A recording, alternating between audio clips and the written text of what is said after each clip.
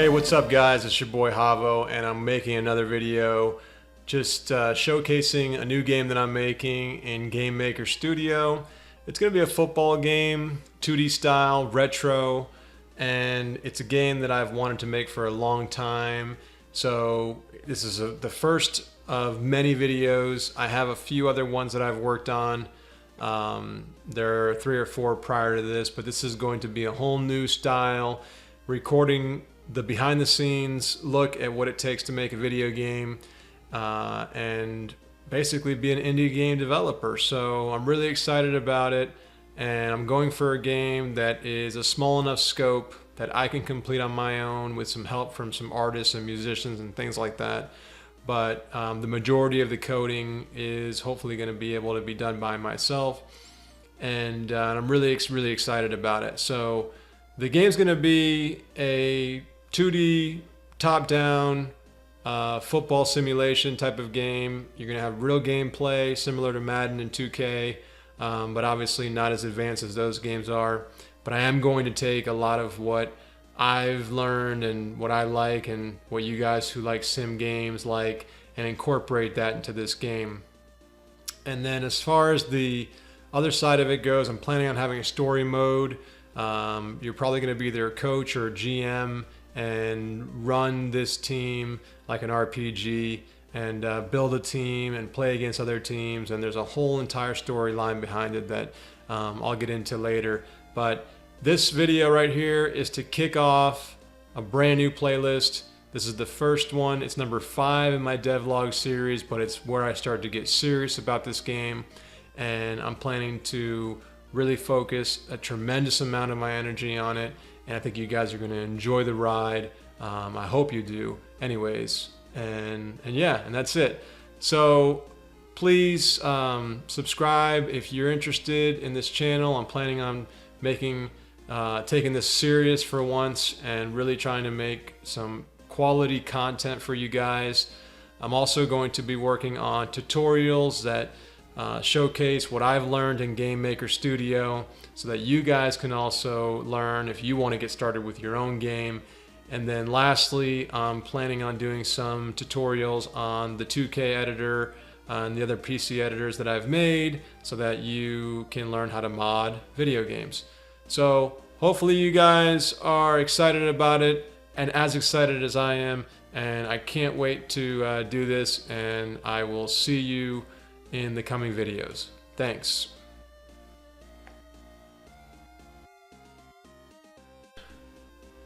Hey guys, what's up? It's Saturday morning, and just wanted to show you this picture of this bird that I see in my front yard.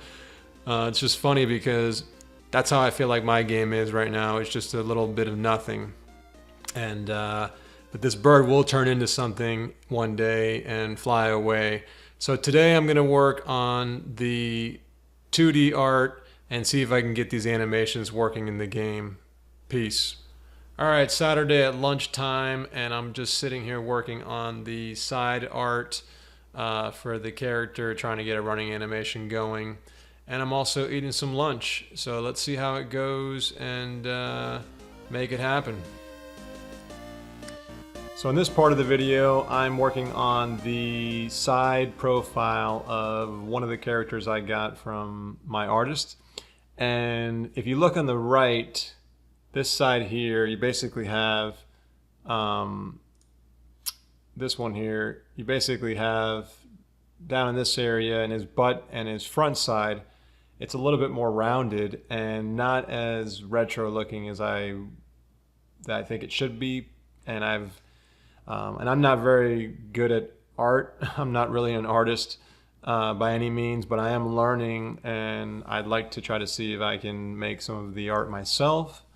But you know, chances are I'm going to be bringing in an artist, and but for right now I'm just learning and I'm trying to make the most of it. So the picture on the right is my previous attempt at making the side version of my character, and on this side now the basically have the new version over here. And if you look at the difference, you'll see that on this side here it's more blocky in the front and the back, and then you also have, he's a little bit thinner and not as rounded up top. So he's not as rounded on the bottoms and the top, and I think he looks better that way. So next I'm going to work on trying to make an animation for the character, because I'd like for the game to start implementing different sprite movements when my player moves up, down, left, and right. So we'll keep going.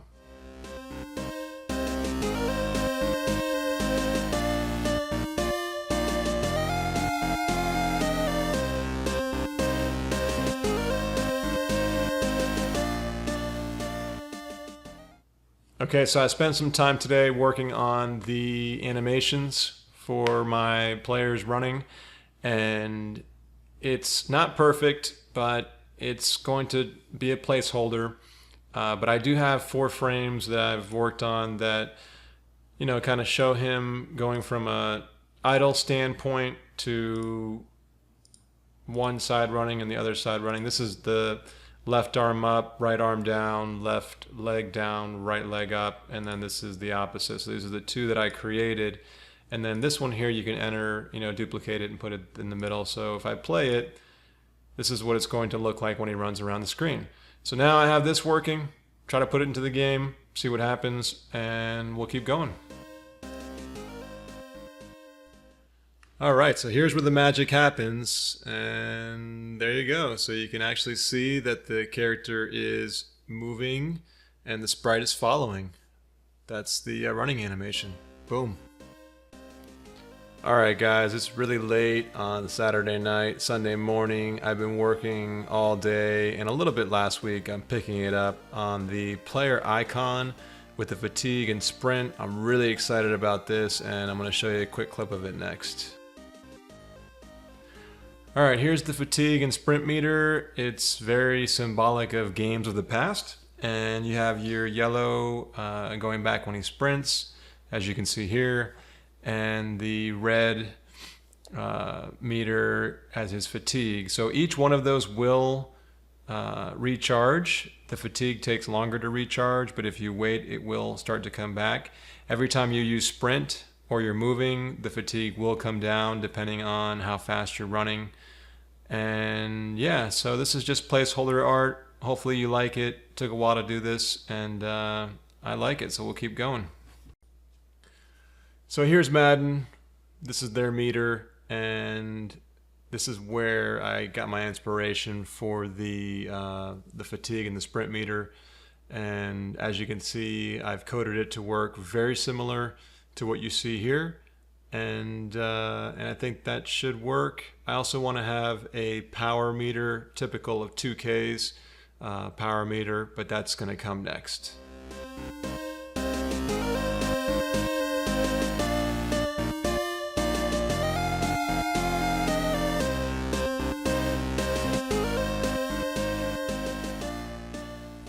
Alright, in this quick clip, we're going to show you the new targeting mechanic. I have 2 versions of it. This is the first version, and if you remember last video, I showed you the targeting that I did, but that targeting wasn't working correctly because I only had it where the yellow aim marker was pointing where you go, but the distance would always be, let's say, 30 yards.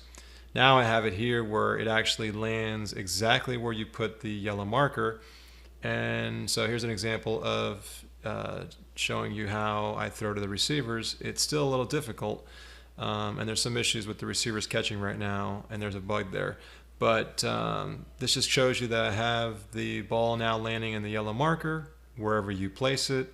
And then also, you know, it shows the ball floating in the air. These are kind of loft passes. I need to fix that and make it a little bit more I need to control a little bit better with a lob and a bullet pass. And then I have the red markers showing you where you're going to land. So basically in the code, you have to predict the red marker before you throw it. This one's easy because it's always going to go to the yellow marker. So this is one version of the new throwing targeting system.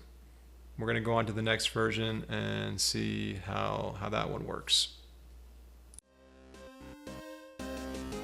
Alright, so here's the challenge. Now this targeting system is a little bit different. You'll see that blue arrow come out, And basically what I'm trying to do that no game that I know of has ever done before is not only control where you're aiming, but also have a way to control how far you throw it.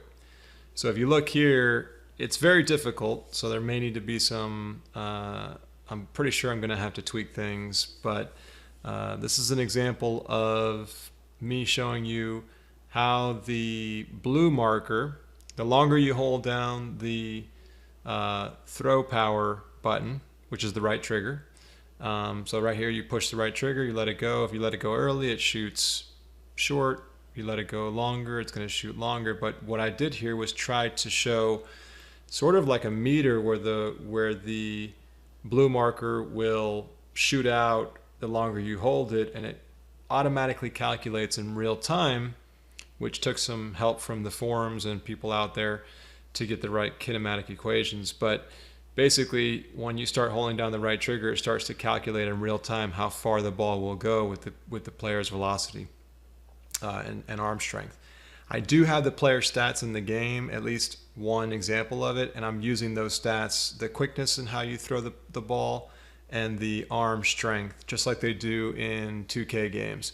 So basically, the longer, the higher value you have for the arm strength, the further the ball will go, and you can throw it further like in real life. Here's an example of one that goes really far. But there's still a lot of tweaking to do and messing around, but I really want to find a way to incorporate the power into the game. So hopefully that looks good. I'd love to hear your guys' comments on this as well, just to see if this is something that you think would work. But I'm going to probably be changing it to where the marker is slightly more intuitive. So that's it for today, guys. Hope you enjoyed the videos. Talk to you soon. Thanks.